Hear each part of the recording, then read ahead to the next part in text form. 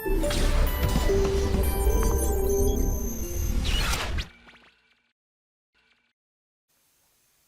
students, welcome to the next session of our 2021 crash course, JEE Mains crash course. और आज के session में we will be revising the chapter determinants. As you know, determinants and matrices together, दोनों जो chapter हैं मिलाकर, they become a very important part of your JEE syllabus, है ना. और इनसे भी जो है कंफर्म क्वेश्चन जो है एक या दो क्वेश्चन हम मान के चलते हैं जो है हमारे टेस्ट में आएगा ही आएगा, right. So without wasting any time let us start. और थ्योरी जहाँ जहाँ इंपॉर्टेंट पार्ट्स आएंगे मैं थोड़ा सा वहाँ जोड़ दूंगा, जो चीज़ें याद करनी की है वो मैं बता दूंगा.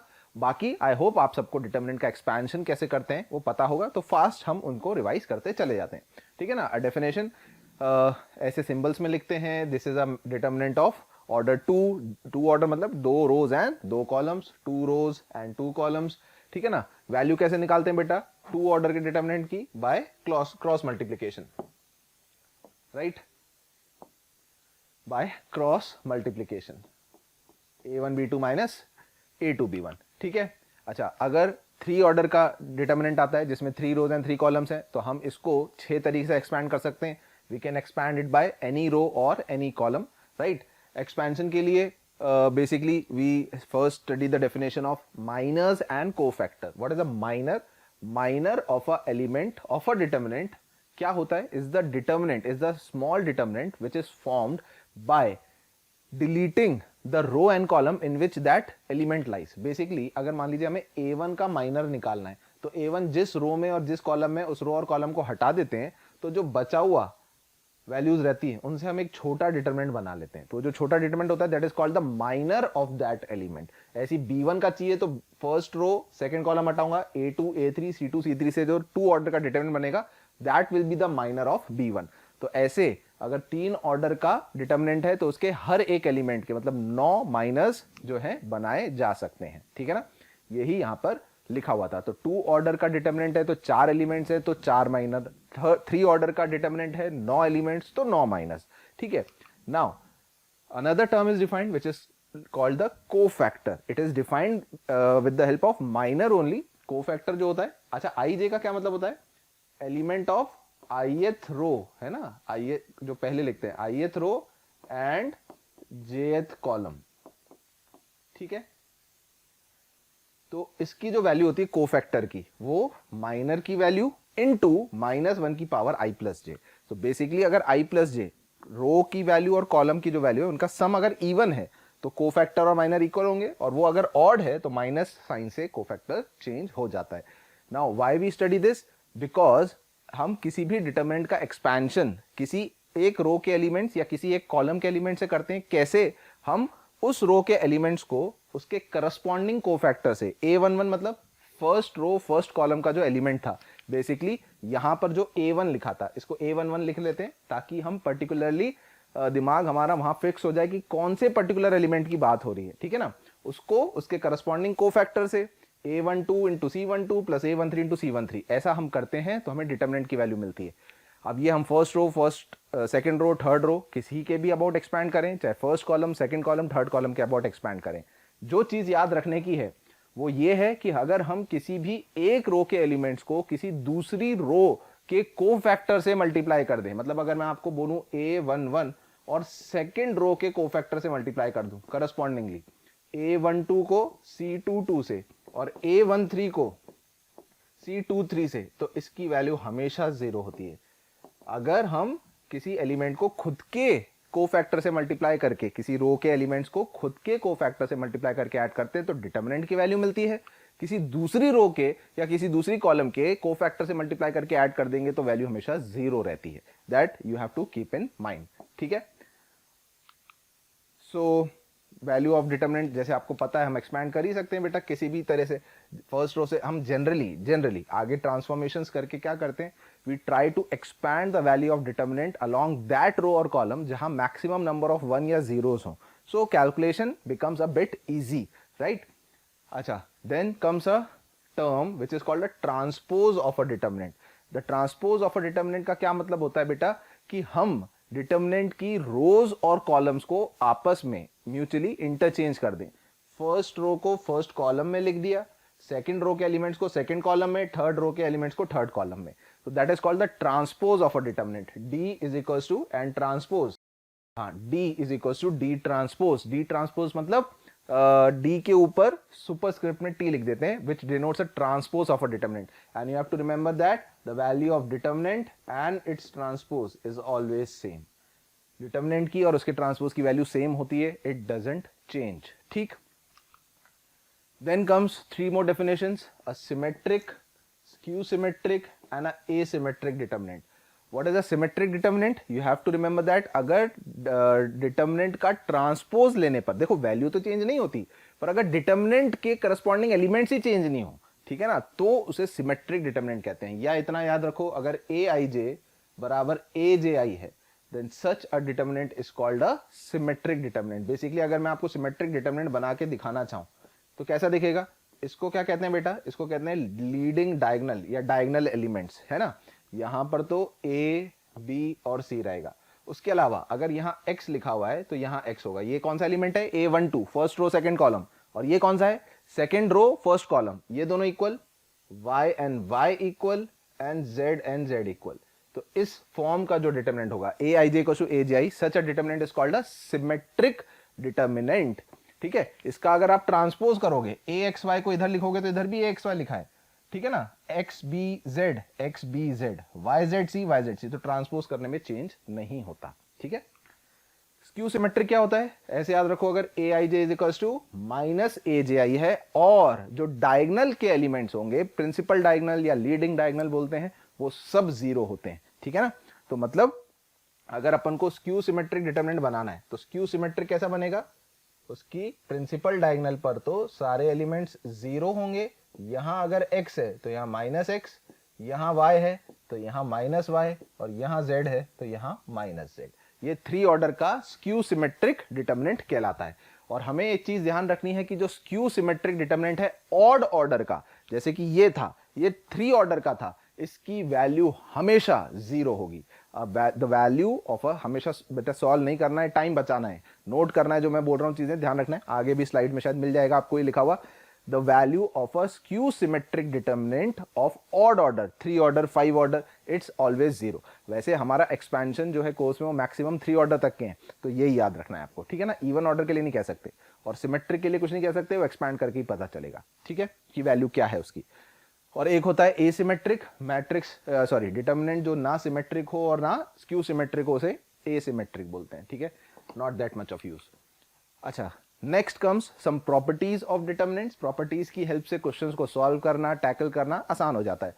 प्रॉपर्टी क्या कहती है? The value of determinant remains unaltered if rows and columns are interchange. मतलब D is equals to D transpose, मैं पहले बता चुका हूं, ट्रांसपोज लेने पे डिटर्मिनेंट की वैल्यू में कोई चेंज नहीं होता। सेकेंड प्रॉपर्टी, अगर डिटर्मिनेंट की कोई दो रोज को आपस में इंटरचेंज कर दे, रो 1 को इंटरचेंज कर दे रो 3 में या रो 2 में, इसके लिए सिंबल कैसे यूज करते हैं? R1 interchanges to R2 and R2 interchanges to R1। तो the value of determinant changes in sign. पहले अगर वैल्यू लैम्डा थी तो दो रोज को इंटरचेंज करने के बाद जो वैल्यू आएगी वो माइनस लैम्डा हो जाएगी। अगर अब, अच्छा ध्यान रखेंगे, रो को रो से ही चेंज करना है ना। इसके बाद ये करने के बाद अब हम दो कॉलम को इंटरचेंज कर सकते हैं, कॉलम 1 और कॉलम 2 को इंटरचेंज दोबारा करेंगे तो फिर एक माइनस साइन आएगा।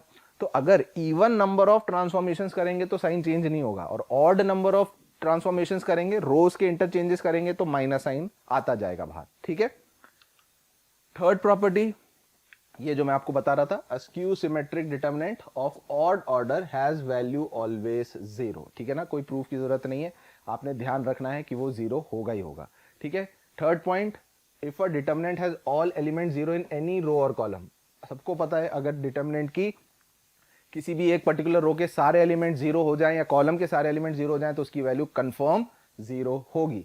इनफैक्ट इससे ज्यादा अच्छा क्या है, if a determinant has any two rows identical या टू कॉलम्स आइडेंटिकल, तो भी डिटर्मिनेंट की वैल्यू जीरो होगी। सबको रो ट्रांसफॉर्मेशन आता है, तो अगर मैं R1 goes to R1 minus R2 कर दूं तो वैसे ही ऑटोमेटिकली यहां सारे एलिमेंट जीरो हो जाएंगे। तो सारे एलिमेंट जीरो हो जाएंगे तो ये दोनों ऑलमोस्ट एक ही बात लिखी गई है। ठीक है, फिफ्थ, अगर डिटर्मिनेंट के किसी एक पर्टिकुलर रो में या फिर किसी एक पर्टिकुलर कॉलम के सभी एलिमेंट्स किसी कांस्टेंट k से मल्टीप्लाई कर देते हैं, तो हम एक रो में से वो कांस्टेंट k को बाहर लिख सकते हैं। ठीक है ना, ये d था, ये d डैश था, तो d डैश की वैल्यू k टाइम्स d के बराबर होगी। अगर मैं हर रो में कुछ कुछ मल्टीप्लाई करूंगा, ध्यान रखना है कॉमन एक बार में एक रो से आता है, तो 3 रो से अगर हम को कुछ कांस्टेंट कॉमन लेना है तो 3 बार करके बाहर आएगा। मान लीजिए यहाँ k लिखा हुआ है, यहाँ लैम्डा लिखा हुआ है, ठीक है ना, और यहाँ भी k लिखा हुआ है, तो वैल्यू क्या हो जाएगी बेटा, एक बार k बाहर आएगा, एक बार लैम्डा बाहर आएगा और एक बार k और बाहर आएगा, तो उस समय d डैश की value k square lambda d हो जाएगी, है ना। ये मैट्रिक्स से थोड़ी सी डिफरेंट है प्रॉपर्टीज। मैट्रिक्स में जब हम पढ़ेंगे तो देखेंगे कि कांस्टेंट जब मैट्रिक्स में मल्टीप्लाई करते हैं तो सब एलिमेंट्स में मल्टीप्लाई होता है, सब जगह, ठीक है ना। डिटरमिनेंट में एक रो में एक बार या एक कॉलम में एक बार होगा। नेक्स्ट प्रॉपर्टी, अगर डिटरमिनेंट की किसी एक पर्टिकुलर रो के या किसी एक पर्टिकुलर कॉलम के एलिमेंट्स को as a sum of 2 numbers लिखा हुआ है, जैसा कि इसमें, तो हम इस डिटरमिनेंट को as a sum of 2 determinants break कर सकते हैं। बेसिकली अगर हम किसी एक रो के एलिमेंट्स को एज अ सम ऑफ 2 में ब्रेक कर रहे हैं, तो ये ध्यान रखना है कि उसकी बाकी की 2 रो या बाकी की 2 कॉलम, रो को ब्रेक कर रहे हैं कॉलम को ब्रेक कर रहे हैं, उस पर डिपेंड करता है, अनचेंज्ड रहनी चाहिए। तो आप इन दोनों में देखेंगे कि A2 B2 C2 और A3 B3 C3 सेम है, और फर्स्ट रो के एलिमेंट्स को मैंने स्प्लिट कर दिया 2 अलग अलग डिटरमिनेंट्स के सम में, A1 B1 C1 and XYZ। ठीक है, तो अगर कोई मेरे से पूछता है कि सर यहां पर अगर PB होता, यहां Q होता और यहां R होता तो क्या करते, तो कुछ नहीं, यहां पर पहले फर्स्ट रो को ब्रेक करते, तो यहां पर P Q और R एज इट इज चलता, यहां भी P plus Q plus R चलता। अब इसको मैं ब्रेक करता तो इससे मेरे पास 2 डिटरमिनेंट और बनते। किसको ब्रेक करता, अब मैं रो 2 को स्प्लिट करता, रो 1 रो 3 को चेंज नहीं करता, और इसको भी स्प्लिट करता तो इससे भी 2 डिटरमिनेंट आते। तो फाइनली कितने डिटरमिनेंट हो जाते, 4 डिटरमिनेंट होते, अगर हर रो में एक एक एलिमेंट हमें चाहिए तो। ठीक है ना, ऐसे ही प्रोसीड करेंगे। तो एक बार में सम में अगर स्प्लिट करना है तो एक ही रो के एलिमेंट्स को ब्रेक कर सकते हैं, बाकी 2 को अनचेंज रखना है। ठीक, 7th वेरी इंपॉर्टेंट, भाई यही चीज हम डिटरमिनेंट्स में कैलकुलेशन करते टाइम करते हैं, जिसे हम कहते हैं रो या column transformation. What we basically do is we try to create as much number of zeros or ones, या we try to reduce the values or factors of determinants so that it becomes easy to expand. So for that we use these column transformations और row transformations. हम किसी एक रो की help से बाकी रो के elements को, ध्यान रखना है रो से रो के एलिमेंट्स में ही करना है और कॉलम से कॉलम के एलिमेंट्स में, रो एंड कॉलम मिक्स नहीं होंगे। ठीक है, तो किसी एक रो को किसी एक रो के एलिमेंट्स को किसी दूसरी रो के एलिमेंट्स में ऐड या सब्ट्रैक्ट करने से value of determinant remains unchanged. ठीक है ना, तो जैसे कि ये लिखा हुआ है इधर, आप ये देख सकते हो कि मैंने R1 को R1 प्लस M R2 कर दिया। ठीक है ना, मैं रो 1 को चेंज कर रहा हूं, जिस रो को चेंज कर रहा हूं उसके बाहर कुछ मल्टीप्लाई नहीं करना है। ठीक है ना, और रो 3 को भी मैंने चेंज कर दिया फिर बाद में। ठीक है ना, row 3 goes to row 3 plus n times of R1। तो ऐसा करने से the value of determinant remains unchanged, value of determinant में कोई फर्क नहीं आता। ठीक है, तो ये प्रोसेस हम वो देखकर करते हैं क्वेश्चन में कि हम, जैसे मैंने बताया, रिड्यूस कर लें, जीरोस क्रिएट कर लें ताकि एक्सपैंड करना आसान हो जाए। ठीक है ना, तो while applying इसका बहुत ध्यान रखना है। While applying this property, you have to remember that at least one row or column must remain unchanged। जैसा कि इसमें हमने किया तो 2 रोज में मैक्सिमम वैसे n-1 ट्रांसफॉर्मेशंस एप्लीकेबल होते हैं। 3 ऑर्डर का डिटरमिनेंट है तो एक रो या एक कॉलम एटलीस्ट एक बार में अनचेंज रहनी चाहिए। तीनों को अगर आपने चेंज कर दिया तो वैल्यू चेंज हो जाएगी।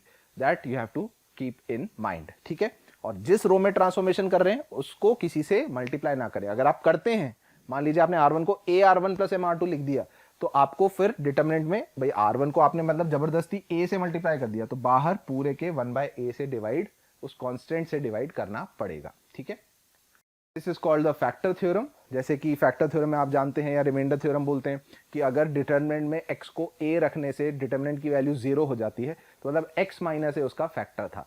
इसका यूज कहां करते हैं, यहां करते हैं। These 4 determinants they are good to remember. बेटा इनको याद कर लेना है। याद कैसे करना है, मैं टेक्निक तुम्हें अभी बता देता हूं। ठीक है, तो इससे तुम्हारा जो काम है बहुत आसान हो जाएगा। ठीक है, क्या काम आसान हो जाएगा? देखो, 4 लविंग डिटर्मिनेंट्स, 1 ऐसे भी याद रख सकते हो, ऐसे याद कर लो, 1 x x square, 1 y y square, 1 z z square. जब इसका एक्सपेंशन करते हैं, देखो बेटा, इसको एक्सपैंड करने पे हाईएस्ट पावर, जिसे हम डिग्री कहते हैं, वो क्या आएगा ये आपको समझना पड़ेगा।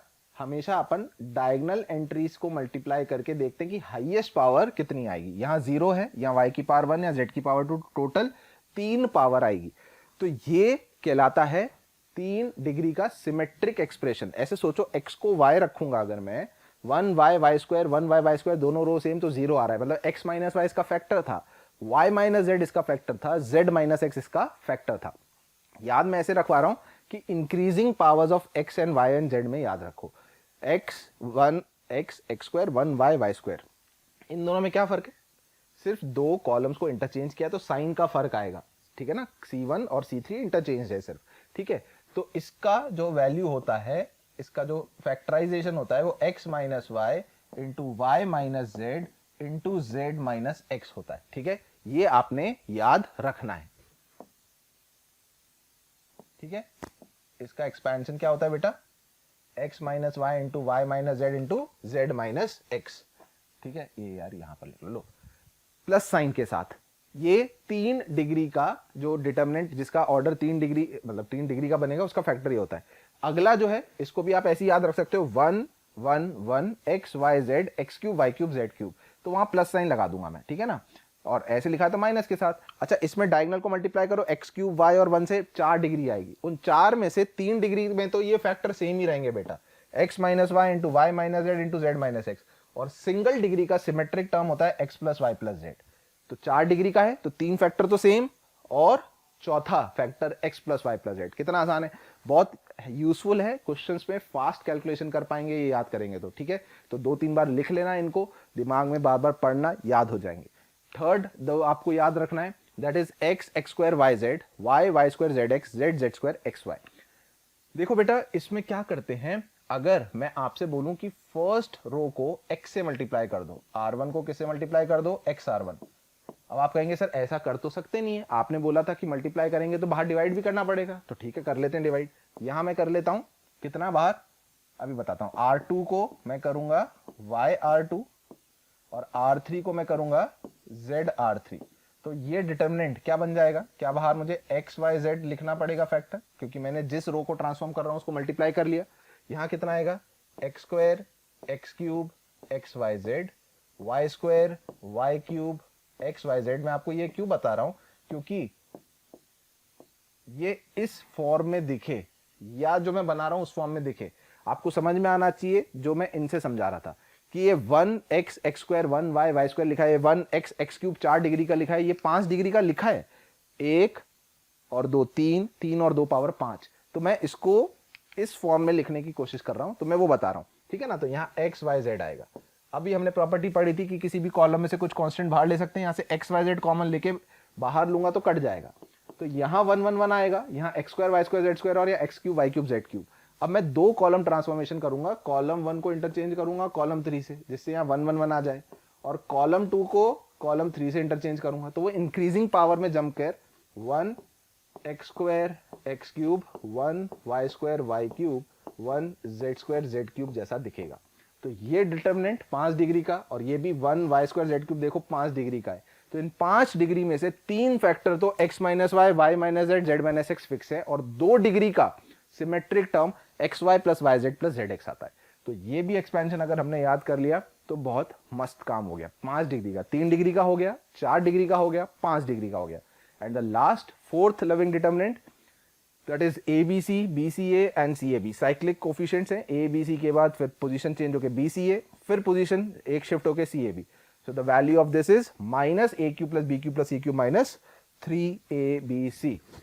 ठीक है, ये नेगेटिव वेगेटिव तो इसलिए लिखा कि अगर मान लो ABC डिफरेंट है या पॉजिटिव है। सो आई होप आपके इसके फैक्टर पता हो, है ना। You should be knowing the factor of this, that is A plus B plus C into 1/2 of कितना होता है बताओ, A माइनस B का whole square plus B minus C का whole square plus C minus A का whole square. ये भी रटा होना चाहिए बेटा, है ना। डायरेक्ट इससे भी कई बार क्वेश्चन आ जाता है, कई बार a plus B plus C zero होता है तो इस डिटर्मिनेंट की वैल्यू जीरो, कई बार a equals to B equals to C ऐसा होगा तो भी जीरो, है ना। तो that you should be knowing. तो ये 4 लविंग डिटर्मिनेंट्स याद रहने चाहिए, ठीक है। थैंक यू प्यारे बच्चों, आप सबका स्नेह और प्रेम हमें जिस तरीके से मिल रहा है उसके लिए बहुत बहुत शुक्रिया। जैसे कि आप सबको पता है कि हम जेई मेंस 2021 के लिए क्रैश कोर्स ऑलरेडी ला चुके हैं, जिस क्रैश कोर्स को आप लोग देख रहे हैं।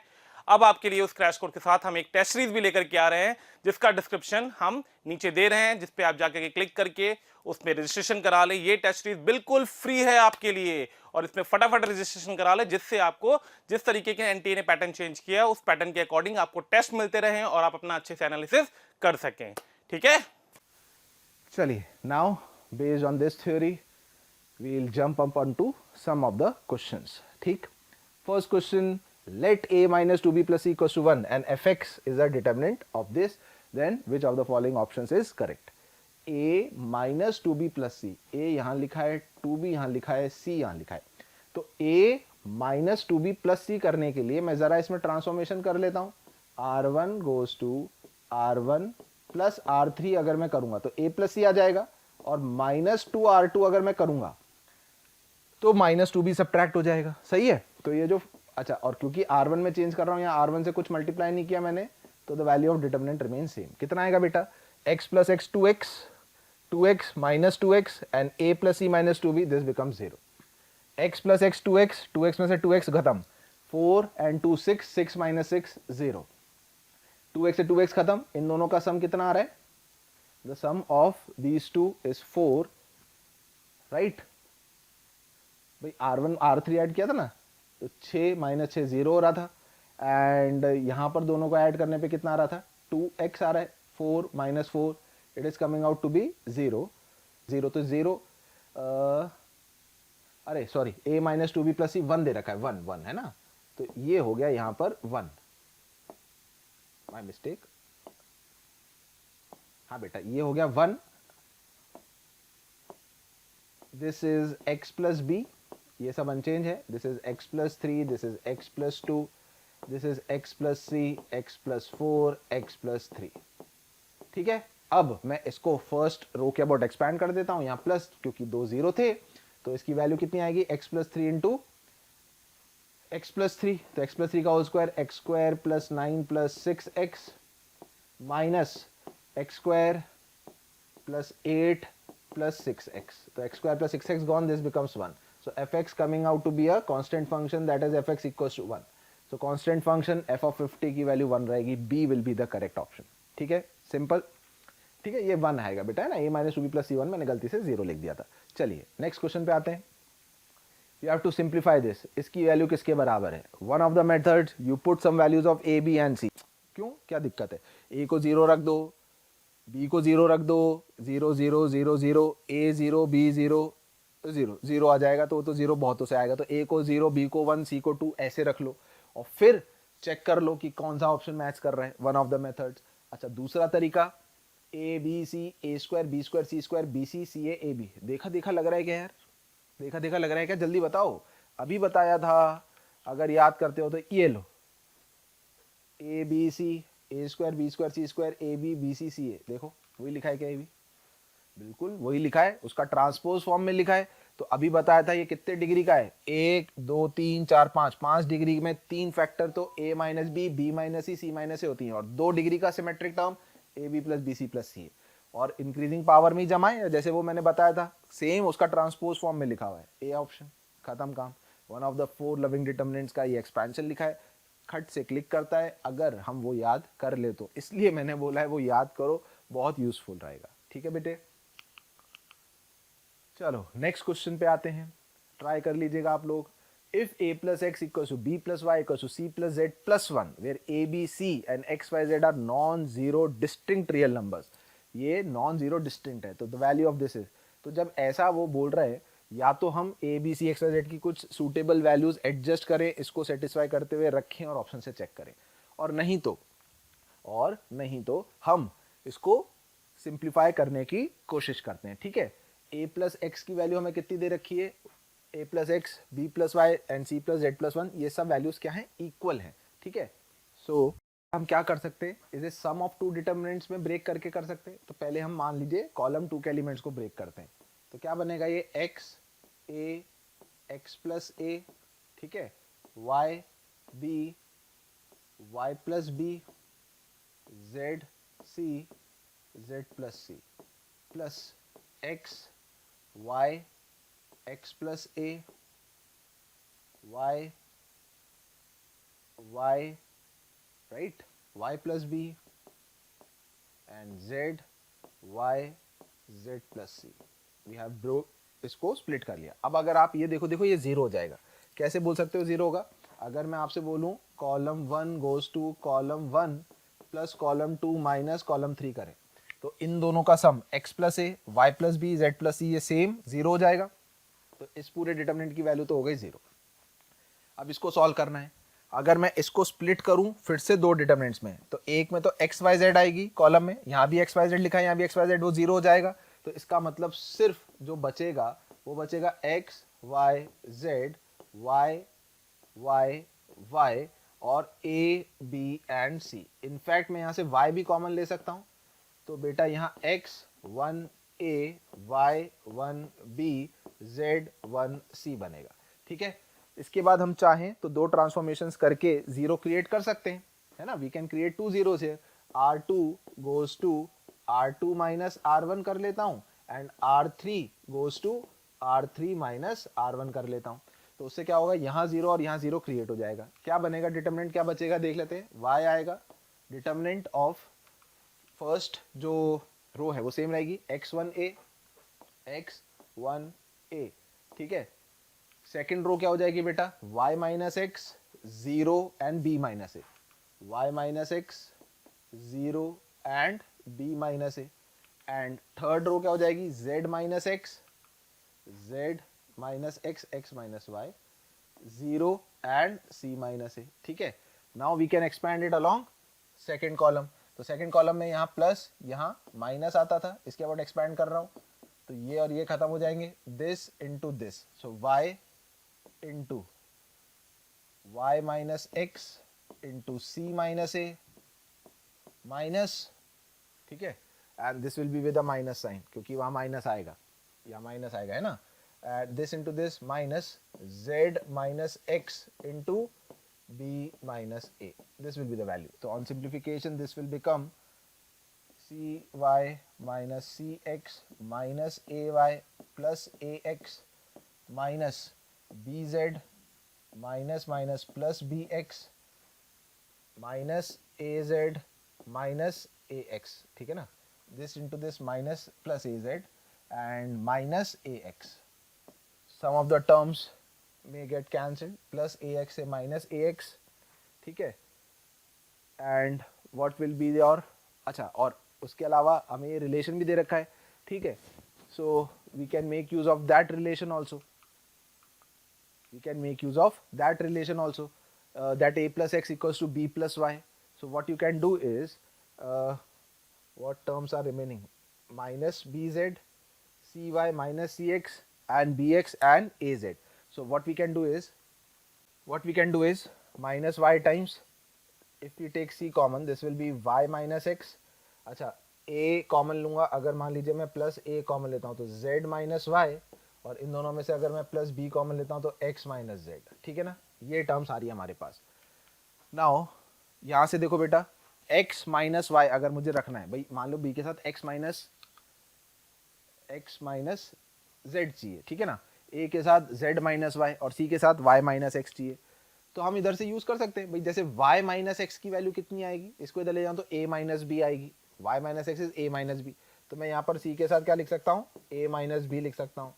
z माइनस वाई की वैल्यू चाहिए तो z माइनस वाई कितना आएगा, b minus C minus one आएगा, तो यहाँ मैं b minus C minus one लिख सकता हूँ, ठीक है। और x माइनस जेड चाहिए, x माइनस जेड, तो c plus one minus A, c plus one minus A, ठीक है। तो अब आप इसको जब सिंप्लीफाई करेंगे, most of the terms will get cancelled and your final value will come out to be y times of a minus b, y times of a minus b, which is written in option number A. So A option becomes the correct answer. What we have done is we have splitted it as a sum of two determinants after that we have observe that the value of this is 0, इसको फिर से split किया, उसमें भी एक determinant 0 हो गया, बाकी जो बचा उसमें रो ट्रांसफॉर्मेशन वगैरह करके जब हमने एक्सपैंड किया, ठीक है ना, and we are making use of this relation which has been given and we have converted our answer in forms of A and B because we need the answer in form of A and B only, A, B and C. So we have eliminated X, Y and Z. So we'll get our answer as A option. ठीक है बेटा? Okay. Next ये factor theorem, that is what I have already told you to make use of a factor, जिससे मैंने वो चार जो है आपको loving determinants बताए याद करने के लिए, ठीक है? Next comes multiplication of two determinants. Now sometimes what happens is इसका जो क्वेश्चन है कई बार एकदम से क्लिक नहीं करता, somewhat it becomes a little bit tricky or tough to just click in our mind कि ये as a product of, क्योंकि देखियो मल्टीप्लाई करना कम आएगा, मल्टीप्लाई करके दिया हुआ डिटरमिनेंट होगा जिसको हमें स्प्लिट करना हो सकता है फैक्टर करने के लिए या वैल्यू निकालने के लिए, so that's why it becomes a little bit tricky. But anyways multiplication करते कैसे हैं हम, देखो कर तो काफी तरीके से सकते हैं, बट मैं आपको सजेस्ट करूंगा you remember multiplication in row by column fashion, क्योंकि मैट्रिसेस में we can multiply two matrices in row by column only, तो हम प्रैक्टिस वैसे ही करते हैं. पहले डिटरमिनेंट की फर्स्ट रो जो है, अरे व्हाट हैपेंड, फर्स्ट रो को कॉलम से मल्टीप्लाई कर देते हैं, फर्स्ट रो को कॉलम से मल्टीप्लाई कर देते हैं. a1 l1 plus b1 l2 corresponding elements को ऐड करना है, a1 l1 plus b1 l2, a1 m1 plus b1 m2, ठीक है. फिर a2 l1 plus b2 l2 and a2 m1 plus b2 m2. तो 2 क्रॉस 2 के, और ध्यान रखना दो डिटरमिनेंट मल्टीप्लाई तभी करेंगे जब ऑर्डर सेम होगा, या तो दोनों 2 क्रॉस 2 के या दोनों 3 क्रॉस 3 के होंगे. ऐसे ही 3 क्रॉस 3 के रो बाय कॉलम, फर्स्ट रो के एलिमेंट्स को फर्स्ट कॉलम से, फिर फर्स्ट रो को सेकंड कॉलम, फिर फर्स्ट रो को थर्ड कॉलम, फिर रोज चेंज करके लिखते चले जाएंगे. That is how we proceed if we want to multiply the elements of two determinants which are of same order. ठीक है. सो क्वेश्चन कैसे फ्रेम होता है या कैसे हम सोचते हैं, जो मैं आपको बता रहा था कि हमें मल्टीप्लाई करने से ज्यादा स्प्लिट करने को आएगा, वो क्लिक करना पड़ेगा कि ये शायद दो मैट्रिसेस, ये टू डिटरमिनेंट्स का multiplication. So we have to evaluate this. Now you can see there are so many variables in it. If you observe it clearly, in the first row there are some elements which are written in every row, basically in every element. यहाँ पर a1 b1 चल रहा है, a1 b1 यहाँ भी है और a1 b1 यहाँ भी है. So basically इधर सब जगह फर्स्ट रो के हर एलिमेंट में यहाँ पर a1 b1 आ रहा है, और a1 के साथ x1, a1 के साथ x2 और a1 के साथ x3 चेंज हो रहा है. तो जब ऐसा हो देन इट शुड क्लिक कि हाँ ये दो डिटरमिनेंट्स का प्रोडक्ट है. कैसे भाई, देखो हम क्या करते हैं, व्हाट वी डू इज, हम कहते हैं कि फर्स्ट रो के एलिमेंट्स को दूसरे के हर एक कॉलम से मल्टीप्लाई करना है. तो मतलब फर्स्ट रो के एलिमेंट सेम हो गए. अब यहां पर सेम a1 b1 चल रहा था. a1 पहले किससे मल्टीप्लाई हुआ, x1 से. b1 किससे मल्टीप्लाई हुआ, y1 से. सो a1 x1 plus b1 y1, खत्म हो गया काम. यहां कोई एलिमेंट नहीं चाहिए. तो let us keep here a box, जो हम सोचेंगे कि कहां पर जीरो रखना है ताकि भाई इनका प्रोडक्ट आएगा तो सही 3 क्रॉस, ये this is a 3 cross 3 determinant, 3 order का. तो ये दोनों भी 3 ऑर्डर के होंगे तो एक एक एलिमेंट और आएगा, पर उनका प्रोडक्ट जीरो होना चाहिए, वो अभी हम देख लेते हैं. अब a1 को मल्टीप्लाई करना है तो यहाँ x2 और यहाँ y2, इतना भी अगर आपने सोच लिया ना फर्स्ट रो और फर्स्ट कॉलम दोनों का, तो सिमेट्री से आप आगे सोच पाओगे. यहाँ x1 y1 था तो यहाँ x2 y2, तो यार डेफिनेटली x3 y3 होगा.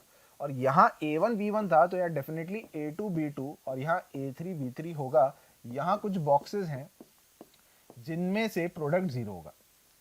अब जब ऐसा होता है यहाँ पे, क्योंकि थर्ड एलिमेंट्स किसी में भी नहीं है, तो ये जीरो बेटा तभी होगा जब ये जीरो तभी होगा बेटा जब यहां पर सारे जीरो हो जाए और ये तीनों एनी रियल हो जाए. आप खुद सोचो, ये जरूरी नहीं कि ये भी जीरो और ये भी जीरो, या फिर और क्या हो सकता है, यहां पर तीनों एनी रियल हो, है ना, ये दूसरा है, और यहां के जो तीनों एलिमेंट्स हैं वो तीनों जीरो हो जाए, तो ही इन दोनों के प्रोडक्ट्स ये बनेगा. ऐसा मत करना कि यहां जीरो यहां वन, यहां वन यहां जीरो. है ना। मतलब अगर आपने यहाँ पर तीनों जीरो ना करके कोई एक एलिमेंट 1 कर दिया और सोच रहे हो कि उसकी करस्पॉन्डिंग यहाँ 0 कर दूं, तो नहीं बैठेगा बेटा। जब आप मल्टीप्लाई करोगे तो कहीं ना कहीं वो 1 एक ऐसे एलिमेंट से मल्टीप्लाई होकर यहाँ एक्स्ट्रा एलिमेंट बना देगा। ये आप चाहो तो खुद एक्सपेरिमेंट करके ट्राई करके देख सकते हो, बस जरूरी नहीं टाइम वेस्ट नहीं करना अभी लास्ट के टाइम पे। तो मैं आपको बताऊं, अगर ऐसा कभी एक एलिमेंट मिसिंग है, हमें हर जगह दो दो ही नंबर चाहिए, तो किसी एक कॉलम में या किसी एक रो में डिटर्मिनेंट में दोनों में से तीनों जगह 0 होगा। और ऐसा होते ही या तो ये डिटर्मिनेंट की वैल्यू 0 होगी या ये डिटर्मिनेंट की वैल्यू 0 होगी, तो उनका प्रोडक्ट तो डेफिनेटली 0 आएगा। सो हमारा आंसर इसका डी ऑप्शन बनेगा। ठीक है ना। That is the thought process behind how to split it into determinant into product of two determinants. जब किसी एक रो में हमें दिख रहा है कि कुछ सेम एलिमेंट्स चलते जा रहे हैं। ठीक है। और बढ़िया, जैसे मान लीजिए इसका एप्लीकेशन करना है। ठीक है। So the value of this determinant is lambda a1 minus a2, a2 minus a3, a3 minus a1 into b1 minus b2 into b2 minus b3 into b3 minus b1. Then the value of lambda is equals to what? ठीक है। अब देखो, जब इसका square करेंगे a1 square plus b1 square plus या minus two a1 b1, a1 square इसमें भी आएगा, a1 स्क्वायर इसमें भी आएगा। ठीक है। तो क्योंकि कुछ एलिमेंट्स फर्स्ट रो में सेम चल रहे थे, तो हमारे माइंड में आ रहा है कि शायद ऐसा हो सकता है कि ये प्रोडक्ट ऑफ टू डिटर्मिनेंट्स में लिखा गया हो। कैसे लिखा हो सकता है भाई? यहाँ a1 है, a1 को हमें किससे मल्टीप्लाई करना है? a1 से मल्टीप्लाई करना है। ठीक है, ठीक है, कोई दिक्कत नहीं है ना। तो ताकि a1 ऐसा कुछ जो है वो बनकर आ जाए। तो a1 पर नहीं, ऐसा नहीं होगा, रुकिए। पर ऐसा अगर हुआ, अगर हम ऐसा करते, सोचो तो भाई दूसरे में फिर अगर मैं वैल्यू चेंज करता तो यहाँ तो a1 स्क्वायर ही चाहिए था। इसका मतलब a1 स्क्वायर सब में है, तो यहाँ a1 स्क्वायर जो है वो मुझे लिखना ही होगा। यहाँ a1 स्क्वायर लिखूंगा तो यहाँ 1 आएगा ताकि a1 स्क्वायर आ जाए। अच्छा, उसके बाद चाहिए b1 स्क्वायर। ठीक है। तो अब यहाँ का एलिमेंट इधर से मल्टीप्लाई होगा। अगर मैं यहाँ 1 लिखूँ और यहाँ b1 स्क्वायर लिखूँ तो a1 square plus b1 square आ गया। उसके अलावा minus 2a1 b1 minus 2a1 b2 आ रहा है। तो अगर मैं यहाँ -2a1 लिख दूं, -2a1 -2a1 -2a1 तो सब में आ रहा है। यहाँ पहले कितना आएगा? b1, तो -2a1 b1 आ जाएगा। अब 1 b1 स्क्वायर b1 लिखा है, तो सिमेट्रिक जैसे मैंने आपको बताया, यहाँ 1 b2 स्क्वायर और b2 अगर मैं लिख दूं, सोचना जरा, a1 square plus b2 square -2a1 b2 बन जाएगा। बिल्कुल सही है, ये वाला एलिमेंट भी बन गया। a1 स्क्वायर यहाँ 1 आएगा, फिर यहाँ b2 स्क्वायर की जगह b3 स्क्वायर और यहाँ b3 लिख देता हूँ। और जैसा यहाँ लिखा है, यहाँ मैं a2 स्क्वायर लिख लूँ, 1 माइनस 2a2, तो ये सेकेंड रो के एलिमेंट्स बन जाएंगे। a3 square, this into this, this into this, this into this, and ऐसी a3 स्क्वायर 1 माइनस 2a3 कर लो। क्लियर है? आई होप सबको समझ में आ रहा है। अब ये कुछ लविंग डिटर्मिनेंट्स के जैसे बन गए, बस हमें प्लस माइनस साइन की गड़बड़ ना हो उसके लिए इसको सही से जमाना है, जैसे मैंने बताया था। सबसे पहले मैं यहाँ से -2 कॉमन ले लेता हूँ। ठीक है, -2 मैं कॉमन ले लेता हूं। उसके अलावा अब मैंने बोला था हमें इंक्रीजिंग पावर में जमाना है, तो जब मैं इंक्रीजिंग पावर में जमाना चाहूंगा, 1 को मैं इधर शिफ्ट करना चाहता हूं। ठीक है, तो इसमें मैं ट्रांसफॉर्मेशन करूंगा कॉलम 1 और कॉलम 3 को इंटरचेंज। 1 1 1 यहां आ जाएगा, a1 square a2 square a3 square, और यहाँ a1 a2 a3 इन दोनों को भी मैं इंटरचेंज करूंगा।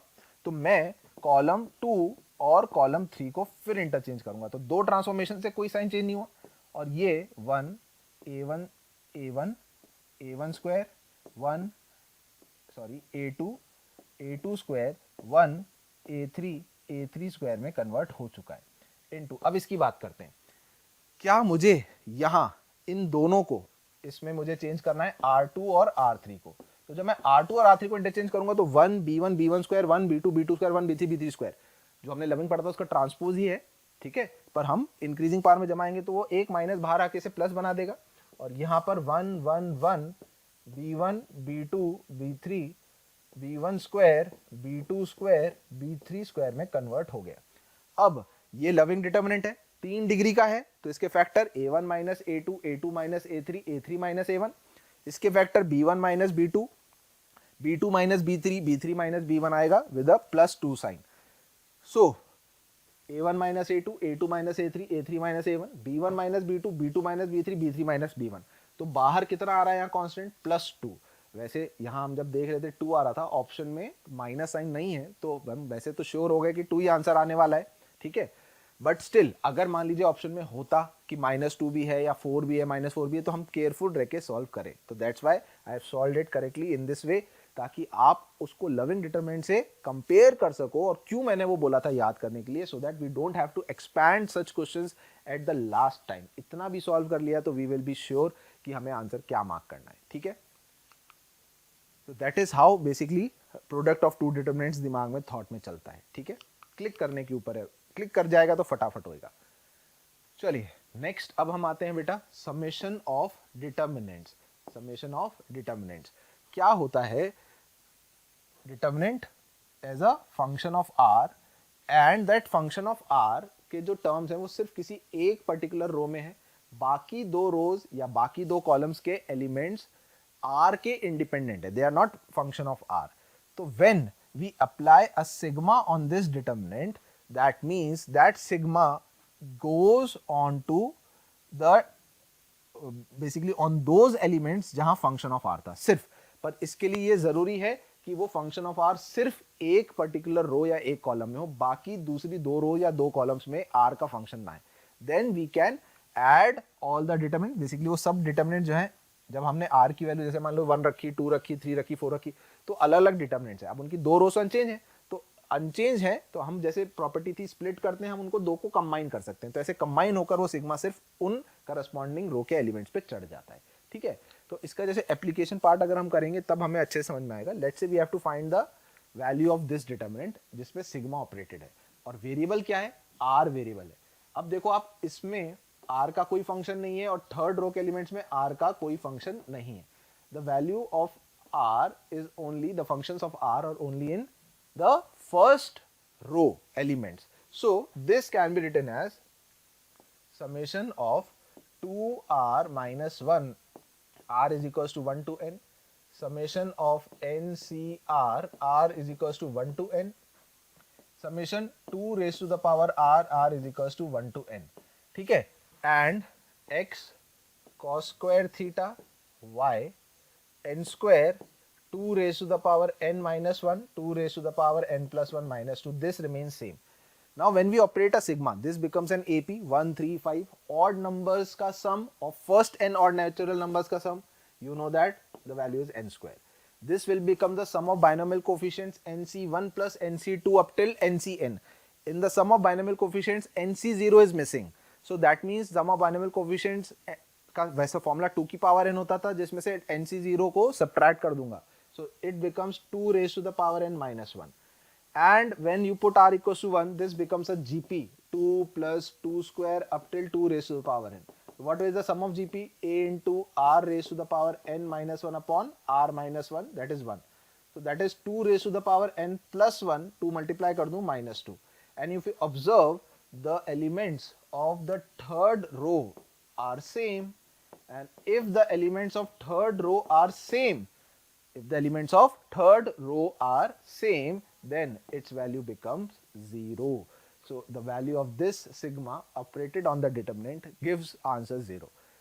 समझ में आया कैसे हम समेशन ऑफ डिटरमिनेंट या सिग्मा ऑपरेट करते हैं? उसके लिए ध्यान रखेंगे जो टर्म्स हैं वेरिएबल्स, वो हमेशा एक रो में ही आपको दिखेंगी, या ऐसा होगा कि रो ट्रांसफॉर्मेशन करके एक में से कट जाएगा, आर का फंक्शन सिर्फ एक में रह जाएगा, वो भी हो सकता है, वहां तक पहुंचना पड़े. ठीक है, चलिए very good. Next comes the integration of a determinant. Determinant का इंटीग्रेशन कैसे करते हैं, इसके लिए भी ध्यान रखना है. अगर determinant as a function of x है, डेल्टा एक्स, तो वो जो एक्स है वेरिएबल जिसके रिस्पेक्ट में हम इंटीग्रेट कर रहे हैं, विद रिस्पेक्ट टू एक्स हम इंटीग्रेट करना चाहते हैं, तो जो वेरिएबल है, वो जो फंक्शन ऑफ एक्स है, वो सिर्फ एक पर्टिकुलर रो या एक कॉलम में होना चाहिए. Where a1 b1 c1 a2 b2 c2 are constants या they are independent of x, वो एक्स पे डिपेंडेंट नहीं होने चाहिए. तो हम जैसे समीशन बताया था वैसे ही इंटीग्रेशन करना है ए से बी में, तो दैट इंटीग्रेशन किस में चला जाता है, जहां x का फंक्शन है डायरेक्ट उन पे ऑपरेट हो जाएगा, इंटीग्रेशन हम कर देंगे और फिर एक्सपैंड कर देंगे. अगर function of x more than one row में है, ठीक है ना, मोर देन वन रो और column are function of x, तो हम इंटीग्रेट ऐसे नहीं कर सकते. फिर आपको उसे सिंप्लीफाई करके या तो एक रो या एक कॉलम में फंक्शन ऑफ x में कन्वर्ट करें, या पहले आप उसका एक्सपेंशन करें डिटरमिनेंट का और फिर उसे इंटीग्रेट करें. ठीक है, that is what here it is written. इसको भी हम एक एग्जांपल से समझ लेते हैं. let's say delta is given, determinant is given, we have to integrate this determinant from 0 to 1 with respect to x. So if you observe it clearly, the function of x is written in only column number 3. So integral 0 to 1 delta dx will be nothing but first row elements will remain same, alpha square minus 1, beta square minus 1, gamma square minus 3, 6, 4 and 3, and integration of x dx from 0 to 1, integration of 0 to 1 x square dx, and integral 0 to 1 x cube dx, right? So when we'll integrate this, alpha square minus 1, beta square minus 1, gamma square minus 1, 6, 4 and 3, this will be x square by 2. When you put limit 1 and 0, x square by 2, this will be 1 by 2, this will be 1 by 3, x4 by 4, this will become 1 by 4, right? If I multiply the elements of R3 by 12 times of R3, so I have to divide by 1 by 12 here, बिल्कुल करना पड़ेगा. But what will happen at 12, यहाँ 6, यहाँ 4, यहाँ 3, यहाँ 6, यहाँ 4, यहाँ 3, ये फर्स्ट रो के एलिमेंट्स कुछ भी हो, पर अगर दो रो के एलिमेंट सेम हो गए, that means the whole value of determinant will come out to be 0. So the integral of this determinant, the value becomes 0. ठीक है भाई, ज्यादा से ज्यादा मेंस में इसी टाइप के अगर इंटीग्रेशन आया तो हमारा टाइम एक्सपैंड करने का बच जाता है. हम डायरेक्ट इंटीग्रेट करके वैल्यू तक पहुंच जाएंगे, पर तभी करेंगे जब किसी एक ही रो में as a function of x के जो है एलिमेंट्स हैं. दो में होंगे तो या तो रो ट्रांसफॉर्मेशन से एक में से एक्स वैक्स कट जा रहा हो तो ठीक है, और नहीं तो फिर एक्सपेंशन ही ऑप्शन बचता है, फिर इंटीग्रेट करेंगे. ठीक है. Similarly comes the formula of differentiation of a determinant. Now a determinant delta x is given, and in the determinant every element, let's say, is a function of x or constant or anything. So how you differentiate it? To differentiate it, we differentiate the elements of first row keeping the elements of other two rows as same. तो first row के elements को differentiate किया, plus अब हम second row के elements को differentiate करेंगे keeping other two rows same, plus third row के elements को differentiate करेंगे keeping the first two rows same. Addition of these three determinants will give us the derivative of this. Sometimes this is also, it feels कि थोड़ा lengthy है, click कर रहा है अगर कि ये differentiate करके देखो दो row same हो रही हैं तो well and good. नहीं तो अगर आपको लग रहा है कि lengthy है तो आप एक्सपैंड करके या इधर ही थोड़ा सा सिंप्लीफिकेशन करके और फिर प्रोसीड करिए. ठीक है ना. हमेशा ये सजेस्ट नहीं करते कि पूरा ही डिफरेंशिएशन करें, कर भी सकते हैं, depends on the type of question. So I have taken a question where I can explain the process of differentiation, कैसे यूज कर रहे हैं. It is given that the value of this determinant is equal to a plus bx plus cx square and so on. Then we have to find the value of a plus b. So one way is we, because it's a 2 cross determinant, cross multiply से value निकाल लें और फिर Taylor series से series expansion लिखें e की power x log 1 plus x sin x and cos x, और multiply करके कोफिशिएंट्स क्लब कर लें और चेक कर लें a और bx क्या है. Another way is, now this is an identity, the value of this determinant is equals to this series. So the value of a, we can obtain the value of a. See, अगर मैं for a, if I put x equals to 0 in LHS and RHS, तो इधर सब terms 0 हो जाएंगे, सिर्फ a बचेगा, और यहाँ x को 0 रखे जो इसकी वैल्यू आएगी डिटरमिनेंट की वो a की वैल्यू होगी.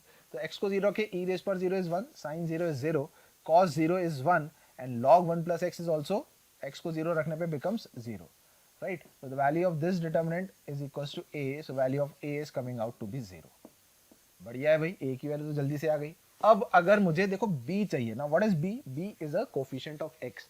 If I differentiate it on both sides, a तो वैसे ही खत्म हो गया, bx का डिफरेंशिएशन b आएगा, यहाँ 2cx आ जाएगा. कितना आएगा? b plus 2cx plus 3dx square मान लेता हूँ, dx क्यूब लिखा होता है, and so on, is equals to. Now determinant का डिफरेंशिएशन, फर्स्ट रो के एलिमेंट को डिफरेंशिएट करूँ, e की पावर x sin x का cos x हो जाएगा, यहाँ cos x ही रहेगा, यहाँ log 1 plus x ही रहेगा, प्लस e की power x sin x cos x का differentiation minus sin x log 1 plus x का 1 upon 1 plus x.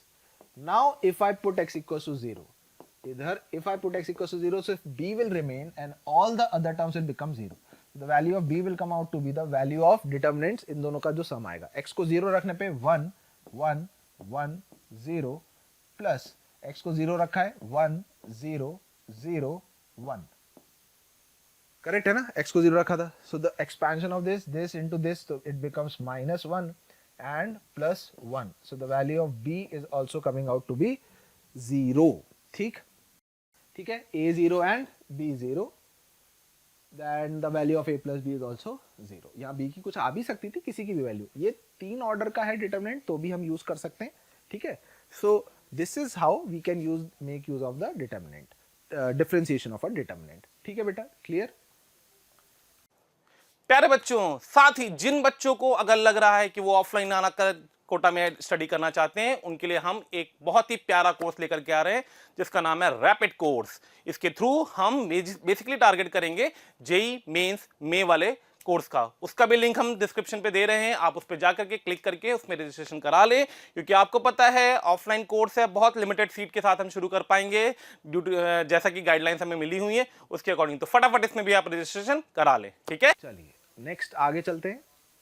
Now we come to the one of the most important things in the chapter determinants, है ना। इस पे काफी times question और काफी chances हैं कि इसमें से क्वेश्चन आते हैं, which is called a Cramer's rule और solving system of linear equations। ठीक है, तो इसकी थ्योरी क्या है basically, let's say we are solving first 2 variables के अंदर 2 इक्वेशंस हमें दे रखी हैं।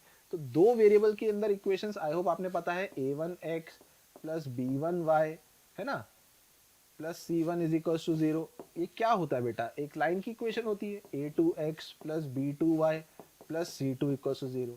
तो हम इन दोनों को सॉल्व कर रहे हैं। अब देखो, 2 लाइंस को सॉल्व करने के लिए डिटर्मिनेंट मेथड से जाना, है ना, इट्स नॉट एडवाइजेबल। इसको ज्योमेट्रिकली डायरेक्ट समझ लो। इन दोनों के क्या क्या पॉसिबल सोल्यूशन है, 2 लाइंस इंटरसेक्ट कर सकती हैं, इंटरसेक्ट करेंगी एक पॉइंट पर, तो यूनिक सोल्यूशन आएगा। कब आएगा यूनिक सोल्यूशन, जब ये पैरेलल नहीं होंगी। a1 by a2 is not equals to b1 by b2, then there will be a unique solution। there can be no solution। 2 lines का नो सोल्यूशन कब होगा बेटा, जब वो पैरेलल होंगी। a1 by a2 equals to b1 by b2 is not equals to c1 by c2, then no solution। और overlapping है तो इनफाइनाइट सॉल्यूशंस हो जाएंगे। ओवरलैपिंग मतलब सेम लाइंस, तो a1 by a2 equals to b1 by b2 equals to c1 by c2। तो बेटा 2 equation और 2 वेरिएबल्स आए, so I will not suggest कि you go by determinant method, Cramer's rule से क्यों करें, हम डायरेक्टली 2 लाइंस को सॉल्व कर लेंगे। This one is much more useful when there becomes 3 equations and 3 variables. ये वही थ्योरी जो मैंने आपको अभी बताई, सब लिखा हुआ है। ठीक है, तो अगर हम कहते हैं कि नो सोल्यूशन है ना, इनकंसिस्टेंट लाइंस हैं या इनकंसिस्टेंट इक्वेशन है, इसका मतलब नो सोल्यूशन आ रहा है। क्या आ रहा है, नो सोल्यूशन, कोई सोल्यूशन नहीं आ रहा उसका। और अगर ये कंडीशन है, ओवरलैपिंग लाइंस है, तो इक्वेशंस आर डिपेंडेंट, आपस में डिपेंडेंट या इनफाइनाइट सोल्यूशंस आ रहा है। बेसिकली लैंग्वेज है जो हम एक बार पढ़ लें। ठीक है, और यूनिक सोल्यूशन जो है वो मैंने आपको बता ही दिया। इनकंसिस्टेंट मतलब नो सोल्यूशन, कंसिस्टेंट इक्वेशंस का मतलब यूनिक सोल्यूशन आ रहा है, या लाइंस कैसी हैं, इंटरसेक्टिंग लाइंस हैं। ठीक है, ये जो थ्योरी है ये ज्यादा इंपॉर्टेंट है for basically solving using method of determinants. और ये जो इक्वेशन है, 3 इक्वेशन और 3 वेरिएबल्स, तो 3D में हम पढ़ते हैं, ये किसकी इक्वेशन है बेटा, प्लेन्स की इक्वेशन है। किसकी इक्वेशन है, planes. ax plus by plus cz is equals to z is equation of a plane। तो उन प्लेन्स के आपस में कितने इंटरसेक्शन पॉइंट्स आ रहे हैं, क्या सॉल्यूशंस आ रहे हैं, उसकी थ्योरी को ये डिनोट करता है। ये तो मैथमेटिकल चीज है, ज्योमेट्रिकली भी प्लेन्स कैसे इंटरसेक्ट करते हैं वो हम समझ सकते हैं। जैसे for example xy plane, yz plane और zx प्लेन, ये 3 प्लेन्स लेते हैं। इन तीनों का इंटरसेक्शन एक पॉइंट आता है 0,0,0। तो 3 प्लेन्स ऐसा हो सकता है कि एक यूनिक पॉइंट पर इंटरसेक्ट करें, तो यूनिक सोल्यूशन आ जाएगा। उसके भी उन्होंने 2 हिस्से करें, हम थ्योरी में पढ़ेंगे कि वो तीनों प्लेन्स का इंटरसेक्शन पॉइंट ओरिजिन आ रहा है। अगर वो ओरिजिन आता है तो हम उसको कहते हैं ट्रिवियल सोल्यूशन। x भी 0, y भी 0, z भी 0। It's possible that 3 planes intersect at a unique point. That unique point can be origin और it can not be an origin, it can be an any other point. तो अगर unique solution आता है, वो तो हमने बोल ही दिया, सोल्यूशन आ रहा है तो कंसिस्टेंट सिस्टम ऑफ इक्वेशंस होती हैं। वो तीनों प्लेन्स अगर ओरिजिन पे इंटरसेक्ट करते हैं, उसका एक स्पेशल नाम दिया गया ट्रिवियल सोल्यूशन, TRIVIL, ट्रिवियल। और अगर ओरिजिन के अलावा वो कहीं इंटरसेक्ट करते हैं तो it's called non trivial solution. ठीक है, ये ज्योमेट्रिकल चीजें मैं आपको बता रहा हूं। तो इन तीनों को सॉल्व कैसे करते हैं? एक हम निकालते हैं डिटर्मिनेंट डी। डी डिटर्मिनेंट आता है found by the coefficients of x y and z, a1 b1 c1 a2 b2 c2 a3 b3 c3। Then there is a determinant d1 d2 d3 जो करस्पॉन्डिंगली d1 है x के coefficients को उड़ाकर constant डाल दिया, बाकी b1 b2 b3 c1 c2 c3 same है। d2 है y के कोफिशिएंट्स हटा के d1 d2 d3 रखा है, और d3 है z के कोफिशिएंट्स को हटा के d1 d2 d3 रखा है। तो the value of x y and z directly हम लिख सकते हैं d1 by d, d2 by d and d3 by d। तो अब इन सिस्टम ऑफ इक्वेशंस के सॉल्यूशंस कैसे आएंगे? देखो, तो ये x y z जो है इन तीनों का पॉइंट ऑफ इंटरसेक्शन है। यूनिक पॉइंट ऑफ इंटरसेक्शन हो सकता है, consistency of system of equations. Denominator में d आ रहा है, तो अगर d नॉन जीरो है, d नॉन जीरो है, ठीक है, and at least one of d1 d2 d3 is not zero, d1 d2 d3 में से कम एक जीरो नहीं है। ये वही चीजें मैं आपको बता रहा था, यूनिक सोल्यूशन आ रहा है। और मान लीजिए d1 जीरो नहीं था तो x कंफर्म जीरो नहीं आएगा। ठीक है, तो इसका मतलब वो तीनों पॉइंट्स एक यूनिक पॉइंट पर इंटरसेक्ट कर रहे हैं ओरिजिन के अलावा कहीं और। तो हम सिस्टम ऑफ इक्वेशंस कैसे कहते हैं? Consistent and have unique non trivial solution. तीनों x y z जीरो नहीं है एक साथ, तो हम उसे नॉन ट्रिवियल सॉल्यूशन कहते हैं। और यदि d तो नॉन जीरो था और d1 d2 d3 जीरो हो गया, नीचे नॉन जीरो और d1 zero d2 zero d3 zero, तो x जीरो हो गया, y जीरो हो गया, z जीरो हो गया। तो वो तीनों प्लेस ओरिजिन पर इंटरसेक्ट कर रहे हैं। यूनिक पॉइंट है ओरिजिन पर, उसको नाम ट्रिवियल देते हैं। उसको क्या नाम देते हैं? Trivial solution. कंसिस्टेंट है एंड ट्रिवियल सॉल्यूशन है। ठीक है, और यदि d d1 d2 d3 सब जीरो हो गया, then the system of equations can have infinite solutions और नो सॉल्यूशन, दोनों हो सकते हैं, ये चेक करना पड़ेगा। अब तीन प्लेन्स के इनफाइनाइट सॉल्यूशंस कैसे हो सकते हैं? देखो, ज्योमेट्रिकली समझो, एक प्लेन है, ठीक है, there is a plane, then तीनों ओवरलैपिंग हो जाए, या तो पहली चीज तो, या एक प्लेन दूसरा उसी के ऊपर ओवरलैपिंग है और तीसरा उसको कट करके जा रहा है। ओवरलैपिंग और कट कर रहा है, तो उनको कट करने से एक पूरी लाइन मिलेगी, दैट लाइन 3D में ना, तो that will be an infinite solutions. या तीनों प्लेन्स एक ही लाइन ऑफ इंटरसेक्शन से पास कर रहे हैं, फैमिली ऑफ प्लेन्स होता है ना जैसे, तो all three planes are passing through the same line of intersection, then also there will be infinite solutions. No solution, तीनों पैरेलल हो जाएं तो भी नो सॉल्यूशन आता है। In that case also d equals to d1 equals to d3 equals to 0। तो बेटा ये स्टेप, ये वाला पॉइंट बहुत इंपॉर्टेंट है। कई बार इसमें आईआईटी जो है कंफ्यूज कर देता है बच्चों को। ध्यान रखना है अपन को, सिर्फ d इक्वल्स टू 0 से इनफाइनाइट या d इक्वल्स टू और चारों के जीरो से नो सोल्यूशन है इनफाइनाइट नहीं आते। हमेशा उनके करस्पॉन्डिंग जो वैल्यूज निकलती हैं वेरिएबल्स की, वो इक्वेशन में रखकर चेक करते हैं कि इक्वेशन एक्चुअली हो कैसी रही है।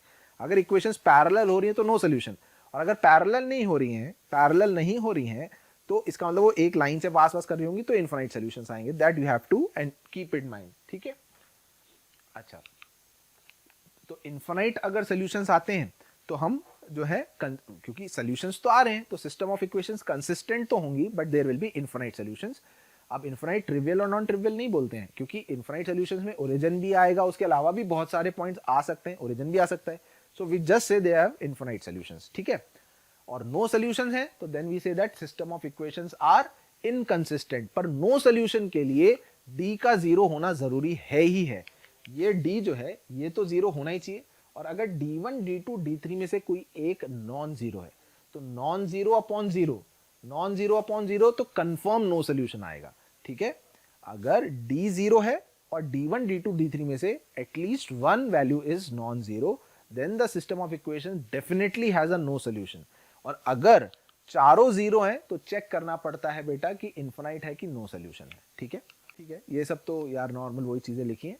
If d zero but at least one of d1 d2 d3 is not zero, then the equations are inconsistent and have no solution। ये चीज जो है मैं अभी आपको समझा रहा था। ठीक है, system of linear equations have only zero solution, मतलब वही मैंने आपको बताया, अगर वो ओरिजिन पर इंटरसेक्ट कर रहे हैं सारे प्लेन्स जाके, या दोनों लाइंस का इंटरसेक्शन, दो लाइंस ओरिजिन पर इंटरसेक्ट करती हैं, तो that is called a trivial solution. ठीक है, अच्छा, अब वो जो तीनों प्लेन्स हैं, वो तीनों प्लेन्स में ये है कि constants d1 d2 d3 zero थे, है ना, ये एक स्पेशल केस बोलते हैं हम इसको, एक स्पेशल केस है।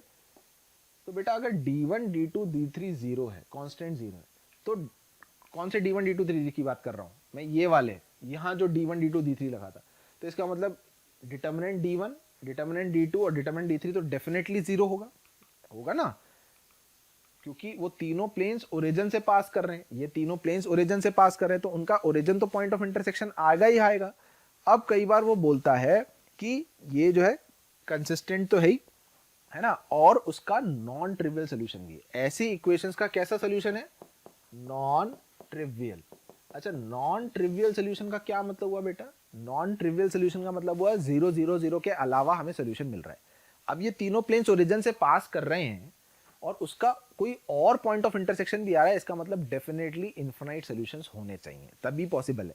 तो इसलिए हम ये कंडीशन लगाते हैं कि इसका मतलब उसका डेल्टा जो डी है एक्स वाई जेड के कोफिशिएंट से जो बन रहा है वो भी जीरो होना चाहिए। ये तो जो लिखा है ये तो 2 वेरिएबल्स में लिखा है, ठीक है ना, तो 2 वेरिएबल्स में तो कंसिस्टेंट, अच्छा 3 इक्वेशन इन 2 वेरिएबल्स, ये तो हम पहले बात कर रहे हैं, ये जो थ्योरी है सॉरी, ये तो 3 स्ट्रेट लाइंस की है, 3 स्ट्रेट लाइंस के जो इक्वेशंस हैं वो कंसिस्टेंट कब होंगे, है ना, तो 3 लाइंस कंसिस्टेंट तब होंगी जब वो तीनों लाइंस एक पॉइंट से पास कर रही हैं। स्ट्रेट लाइन में आप पढ़ते हैं कॉन्करेंसी ऑफ 3 लाइंस, तो 3 lines are concurrent when the coefficient determinant form by their coefficients is 0, ठीक है ना।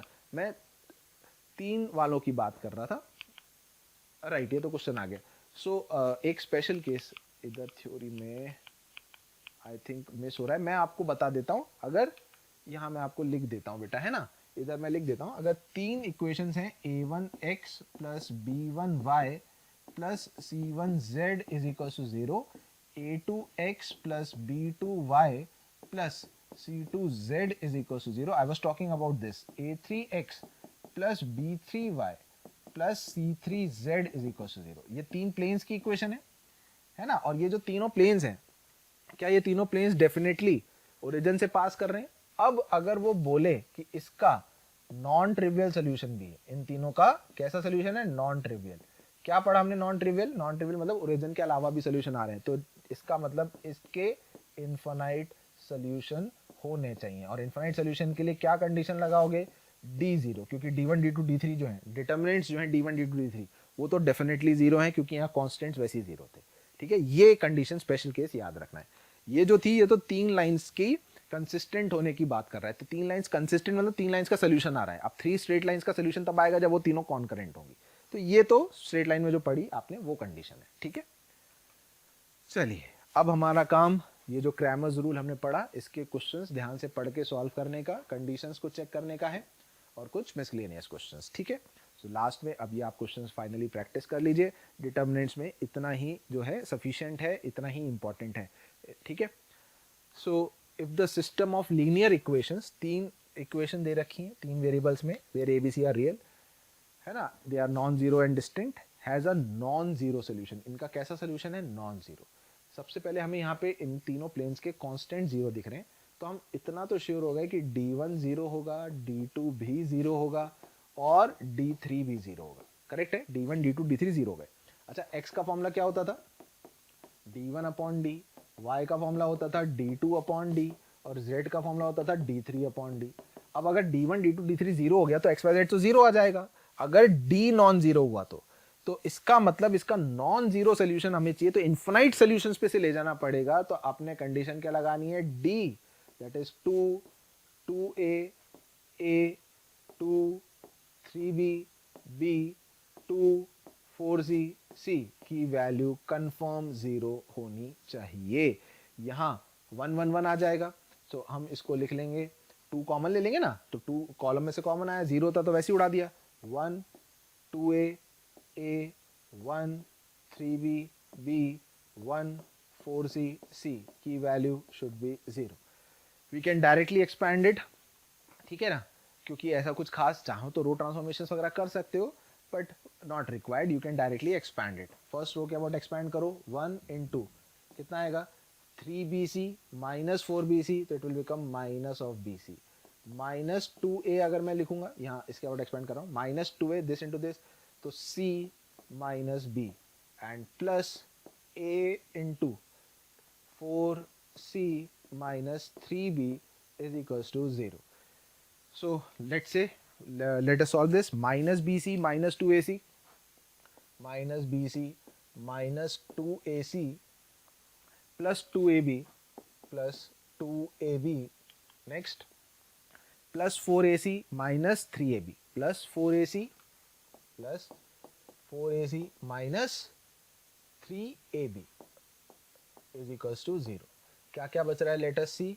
माइनस 2ac एंड 4ac से 2ac बच रहा है, 2ab और माइनस 3ab से माइनस 2ac था यार, ये 2ac minus ab minus bc is equal to 0 और 2ac is equal to ab plus bc.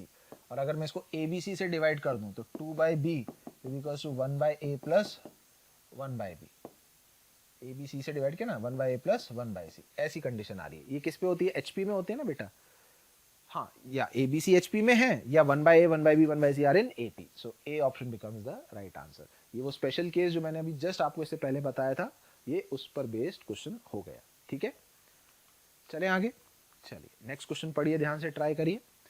If the system of linear equation have been given, क्या क्या है क्वेश्चन में, इनका नो सोल्यूशन होगा अगर ऐसा है, इनफाइनाइट सोल्यूशन है, नो सोल्यूशन है, यूनिक सोल्यूशन. अच्छा, इन सब चीज़ों के लिए क्या हमें सबसे पहले डी तो चेक करना ही पड़ेगा, डी की जो वैल्यू है वो तो हमें निकालनी पड़ेगी.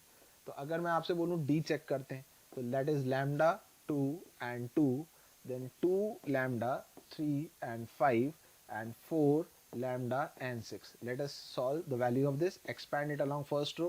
So lambda 6 3 is 18 minus 5 lambda minus 2 into this जाएगा 6 2 12 lambda minus 20 plus 2 into 2 lambda square minus 12. ठीक है, so this is 18 lambda minus 5 lambda square minus 24 lambda plus 40 plus 4 lambda square minus 24. This is coming out to be minus lambda square minus 6 lambda plus 16.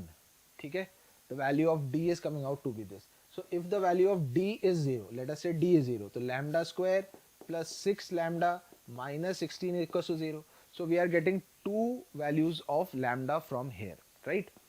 What are the factors of this? Lambda plus 8 into lambda minus 2. Lambda plus 8 into lambda minus 2 is equals to 0. तो lambda अगर 2 है और lambda अगर minus 8 है, तो definitely d की value 0 होगी. अच्छा, when d is 0, तो दो चीजें हो सकती हैं, या तो इन्फिनाइट सॉल्यूशंस हो सकते हैं या नो सोल्यूशन हो सकते हैं. तो let's say A option check करते हैं कि लैम्डा को 2 रखने पर एक्चुअली क्या हो रहा है. ठीक है, तो ए ऑप्शन अगर मैं चेक करूं, if I put lambda is equals to 2, if I put lambda is equals to 2, what happens is, equations क्या बन जाएंगी, 2x plus 2y, 2x plus 2y plus 2z is equals to 5. Then 4x plus 3y, 4x plus 3y plus 5z is equals to 8. Second equation, second plane की equation, and 4x plus 2y plus 6z, 4x plus 2y plus 6z is equals to 10.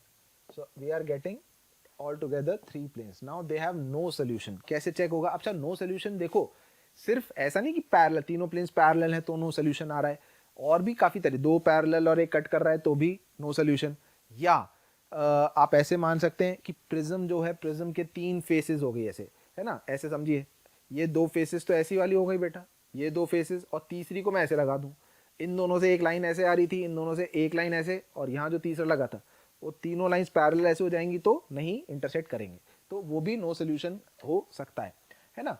तो अब वो कैसे check करेंगे अपन, तो अपन क्या करते हैं, मान लीजिए d1 की वैल्यू निकालते हैं. ठीक है ना, अगर d1 नॉन जीरो आ गया तो अपना काम हो गया, तो इट बिकम्स 5 8 and 10, 2 3 2 2 5 and 6. ठीक है ना, let us check what is the value of this, 5 into d1 मतलब x की कोफिशिएंट करके ये रख दिया. ठीक है, 6 3 जा 18 minus 5 2 जा 10 minus 2 times 8 6 जा 48 minus 5 10 जा 50 plus 2 times 8 2 जा 16 minus 30.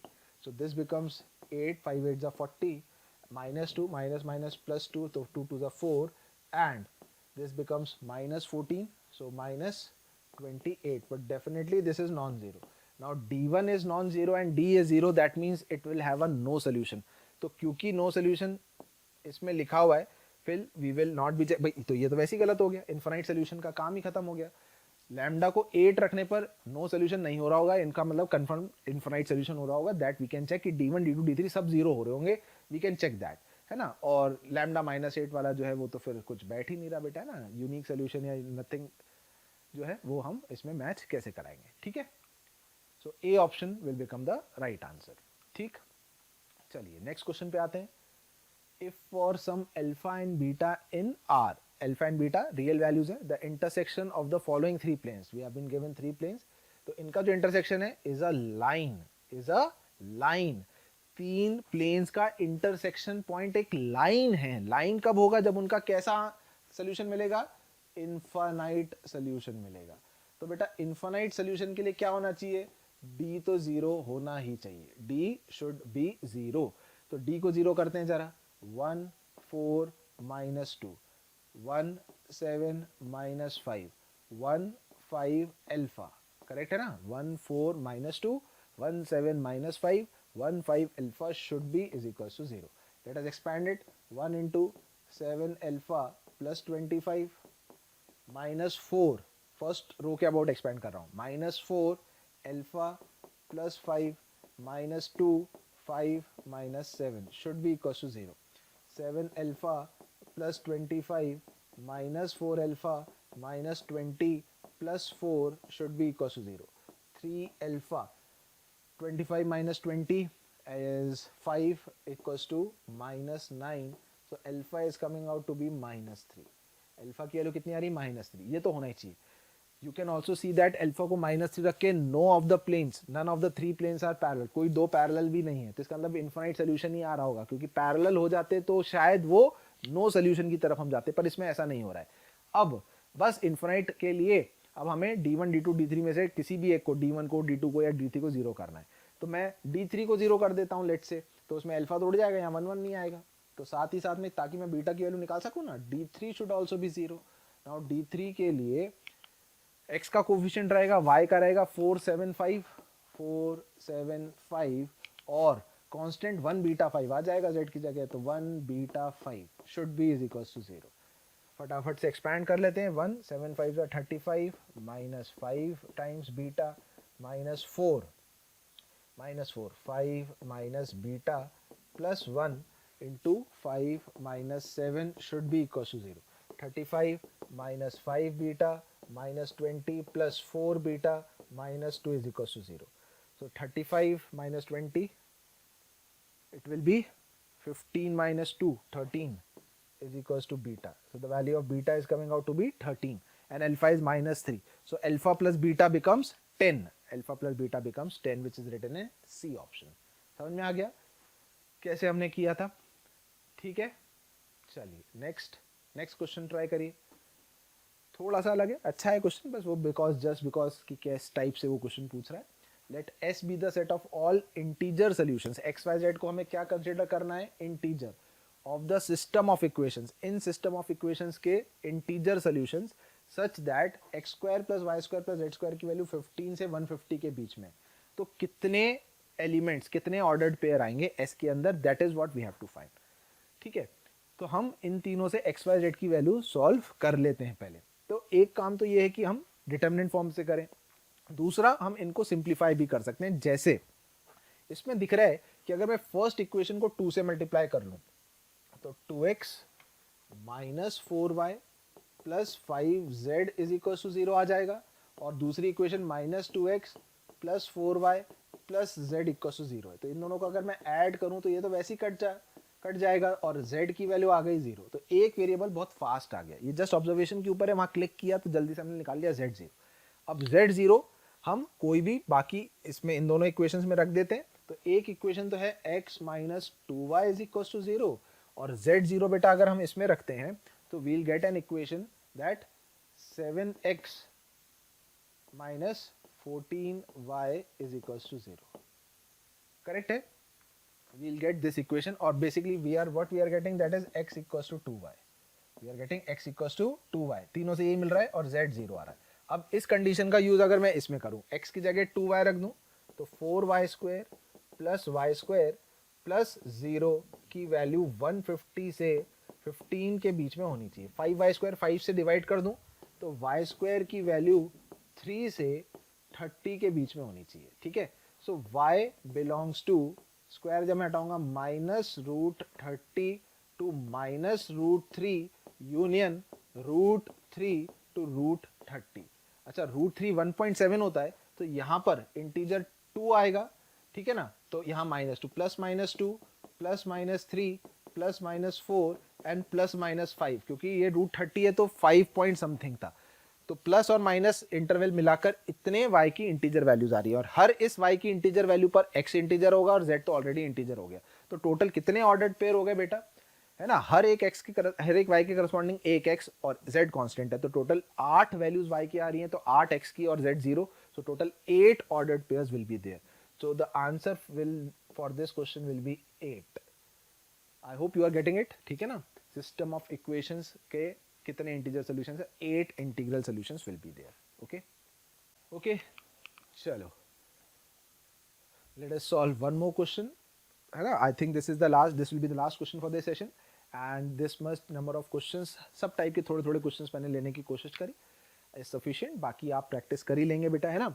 So let us see the question. The minimum and maximum value of the function is defined, domain दे रखी है from π/4 to π/2, defined by function is the value of this determinant. तो minimum and maximum small m and capital M से denote कर रहा है, तो वो ऑर्डर्ड पेयर क्या है, that is what we have to find. ठीक. So f of theta is minus sine square theta mod -1 minus sine square theta 1 and so on कुछ कुछ दे रखा है. ठीक है. What you can do is, let us apply some row transformation in this. Let us go with r1 goes to r1 plus r2 first. अगर मैं ऐसा करता हूँ तो क्या बनेगा बेटा, minus sine square theta minus cos square theta, it will become -1 -1 and minus sin square minus cos square is also -1 -1 -2 -1 -3, and this becomes 2 minus cos square theta -1 minus cos square theta and 1 and 12 10 and -2. ये ऐसे आ जा रहा है. ठीक है. हम चाहें तो कुछ जीरो भी बना सकते हैं, but I think it's not required. ये पूरा जो है f ऑफ थीटा ये सिर्फ cos स्क्वायर की फॉर्म में आ गया. We can expand it also. So if you expand it let's say along first row, so -1 आएगा, माइनस माइनस प्लस हो जाएगा, it will become 2 plus 2 cos square theta -10 minus of -3 plus 3 बन जाएगा. this and this gets cancelled, this into this, so 2 cos square theta minus 12, and finally plus 2 into this minus 10 cos square theta minus minus, it will become plus 12 cos square theta. ठीक है. so what it will become, अब थोड़ा simplify करते हैं. 2 plus minus 2 cos square theta minus 2 cos square theta plus 10, बस यही ध्यान से हमें कर लेना है. 3 to the 6 cos square theta, 6 cos square theta minus 12 3 36 minus 36, फिर minus 20 cos square theta minus 20 cos square theta. ठीक है. and 12 to the 24 plus 24 plus 24 cos square theta. ठीक है ना. 24 cos square theta. कैलकुलेशन करते हैं cos square theta का. पहले 4 cos square theta बचा यहाँ पर, है ना. -2 cos square theta gone, -2 cos square theta 4 cos square theta, तो 4 टोटल से 4 and 24 4 and 24 28 -20, तो 8 cos square theta. ठीक है. and there is no term of cos theta anywhere, constant. -2 and 10 8 and -36, that is -28 -28 and plus 24, तो -4. this is what f of theta is coming out to be. ठीक है. f of theta is coming out to be 8 times cos square theta minus 4, or if you take 4 common, this becomes 2 cos square theta minus 1, that is nothing but cos 2 theta. so finally our function has reduced into this. अब careful, कई जने यहाँ से direct -1 +1 कर देते हैं, -1 +1 करते हैं, -4 आंसर मार्क कर देते हैं। ध्यान रखिए, हमें डोमेन दे रखी है, हमें थीटा दे रखा है। थीटा कहाँ से कहाँ तक दे रखा है? π/4 से π/2 दे रखा है, और यहाँ हमारा फंक्शन में फाइनली सिंप्लीफाई होकर 2 थीटा आ रहा है। तो the value of 2 theta varies from π/2 to pi. π/2 to pi function second quadrant में कॉस डिक्रीजिंग होता है। π/2 पर फंक्शन की मैक्सिमम वैल्यू आएगी, तो f इसकी मैक्सिमम वैल्यू cos π/2 मतलब 2 थीटा π/2 0, ठीक है ना, मैक्सिमम वैल्यू, सॉरी ये this is the maximum value of the function that is 0, and minimum pi पर -4 आ जाएगी। ये इसकी रेंज आ रही है, तो minimum value of the function is -4 and the maximum value of the function is 0। We have to tell the order pair small m comma m, minimum पहले maximum बाद में। -4, 0 is B option, so B will be the correct answer in this। समझ में आई बेटा बात? ठीक है, so I hope ये भी चीज़ आपको क्लियर हो गई होगी कैसे हमने इस क्वेश्चन को सॉल्व किया था। ठीक है, so Cramer's rule together with geometrical समझ, उनकी प्लेन्स के इंटरसेक्शन पॉइंट, ये इंपॉर्टेंट है। मल्टीप्लिकेशन ऑफ 2 डिटर्मिनेंट्स है ना, डिफरेंशिएशन, इंटीग्रेशन, सब मैंने आपको बताया। कुछ प्रॉपर्टीज 4 लविंग डिटर्मिनेंट्स, वो जरूर याद करिएगा, right. I hope you will be able to solve the questions of determinants. Just revise from your previous year's questions in the last time, and that much will be all for your determinants. Okay, thank you. प्यारे बच्चों, आप सबका प्यार और स्नेह हमें जिस तरीके से मिल रहा है उसके अकॉर्डिंग कई बच्चे हमें कमेंट करते हैं कि सर इस टॉपिक पे वीडियो बनाइए, सर इस टॉपिक पे वीडियो बनाइए। आप लोग क्या करिए, आप हमारे चैनल पे बेल आइकन को दबाइए, जिससे जो भी नोटिफिकेशन हम अपने चैनल पे दे रहे हैं वो सारे नोटिफिकेशन आपको प्रॉपरली मिलते रहें। और फिर आप उसके अंदर जाकर के जो वीडियोस आपको दिए गए उन वीडियोस को एक बार जरूर देखें, क्योंकि कई बार ऐसा होता है जिस टॉपिक की आप डिमांड हमसे कर रहे होते हैं वो टॉपिक ऑलरेडी हमने डाला हुआ होता है किसमें, अपने वीडियोस में। तो आप जाकर के उस वीडियो को पूरी तरीके से देख सकते हैं। आपका जो भी हमें प्रेम और स्नेह मिल रहा है उससे मोशन की टीम बहुत ज्यादा काम करने के लिए उत्सुक हो चुकी है, और हम आपको इसी तरीके से, आप हमारे साथ लगे रहिए, अपना प्रेम और स्नेह हमें देते रहिए, और हम आपके लिए मेहनत करते रहेंगे। Thank you so much.